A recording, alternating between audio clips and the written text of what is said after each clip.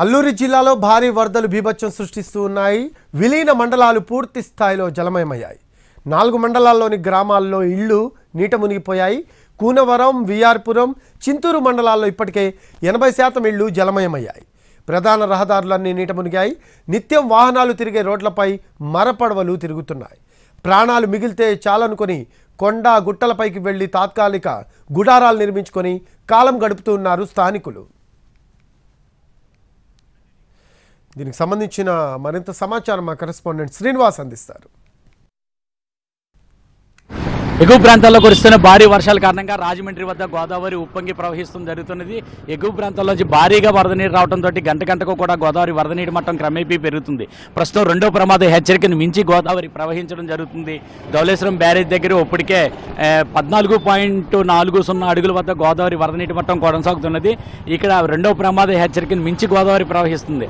అలాగే 17.75 అడుగులకు గోదావరి వరద నీటి మట్టం చేరుకున్నట్లయితే మూడో ప్రమాద హెచ్చరికను కూడా జారీ చేసే అవకాశాలు ఉంటాయి. అంటే గోదావరి ఎగువ ప్రాంతాల్లో గోదావరి మరికొంత పెరుగుతున్న కారణంగా ఇక్కడ కూడా మరికొద్ది గంటల్లో మరింత పెరిగి ఆ గోదావరి పెరిగే అవకాశాలు కూడా కనిపిస్తున్నాయి. అయితే ఇక్కడ చూస్తే గోదావరి ఏ విధంగా ఉప్పొంగి ప్రవహిస్తుందో మనం చూడవచ్చు.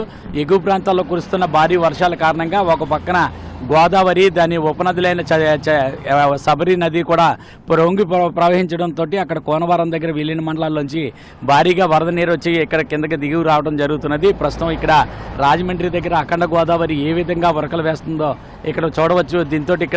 దీంతో నిమజ్జన కార్యక్రమాలు అనేది 2 రోజుల పాటు వాయిదా వేసుకోవాలని చెప్పేసి అధికారులు ఇప్పటికే నిర్వాహకులందరికీ హెచ్చరికలు జారీ చేయడం జరిగింది. అయితే మరో పక్కన చూసినట్లయితే గోదావరి ఎగువ ప్రాంతంలో భద్రాచలం దగ్గర గోదావరి వరద నీటి మట్టం క్రమేపీ పెరగడంతో గోదావరి దిగువనున్న శబరి నది కూడా పొంగి ప్రవహించడంతో ఇక్కడ రాజమండ్రి దగ్గరికి వచ్చేటప్పటికి గోదావరి మరింత ఉధృతంగా ప్రవహించడం జరుగుతుంది. ప్రస్తుతం భద్రాచలం దగ్గర 15.70 అడుగుల వద్ద గోదావరి వరద నీటి మట్టం కొనసాగుతున్నది. ఇక్కడ ఎవరైతే లంక గ్రామాల్లో ఉండిపోయారో లంక గ్రామాల్లో ఉన్న వాళ్ళకి ప్రభుత్వ పరంగా అన్ని రకాలైన సహాయ సహకారాలన్నీ అందించడం జరుగుతుంది. అలాగే వాళ్ళకి సంబంధించి మంచినీటి సౌకర్యాన్ని కల్పించడం జరుగుతున్నది.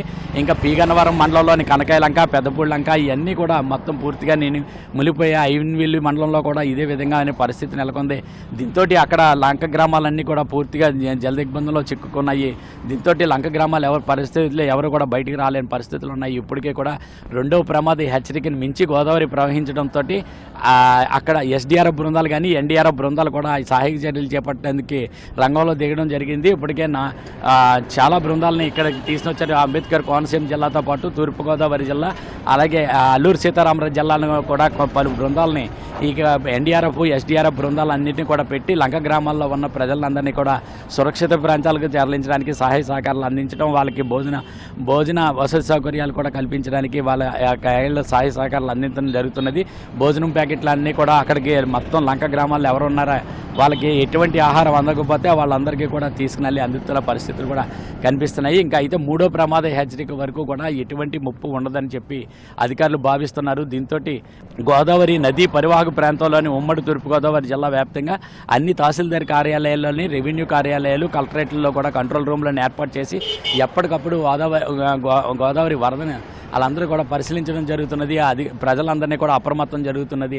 అయితే మూడో ప్రమాద హెచ్చరిక వరకు కూడా ఎటువంటి ప్రమాదం ఉండదని చెప్పి అధికారులు భావిస్తున్నారు. అయితే మూడో ప్రమాద హెచ్చరికను మించి గోదావరి ప్రవహించినట్లయితే భారీగా ముప్పు వాటిల్లే పరిస్థితి ఉంటుంది. ఎక్కడెక్కడ గేటు గట్లు బలహీనంగా ఉన్నాయో వాటిని గుర్తించి వాటిని పటిష్టపరిచే విధంగా చర్యలు చేపడుతున్నారు. అలాగే ఇరిగేషన్ అధికారులు, రెవెన్యూ అధికారులు, పోలీసు కూడా బృందాలన్నీ కూడా రాత్రులు పహారా కాయటంతో పాటు అంతా గోదావరి నదీ పరివాహక ప్రాంతం అంతా కూడా అప్రమత్తమయ్యి సిబ్బంది అంతా కూడా ఎప్పటికప్పుడు ప్రజలను అప్రమత్తం చేయడం జరుగుతుంది. కెమెరామెన్ వాసుతో శ్రీనివాస్, ఎన్టీవీ, రాజమండ్రి.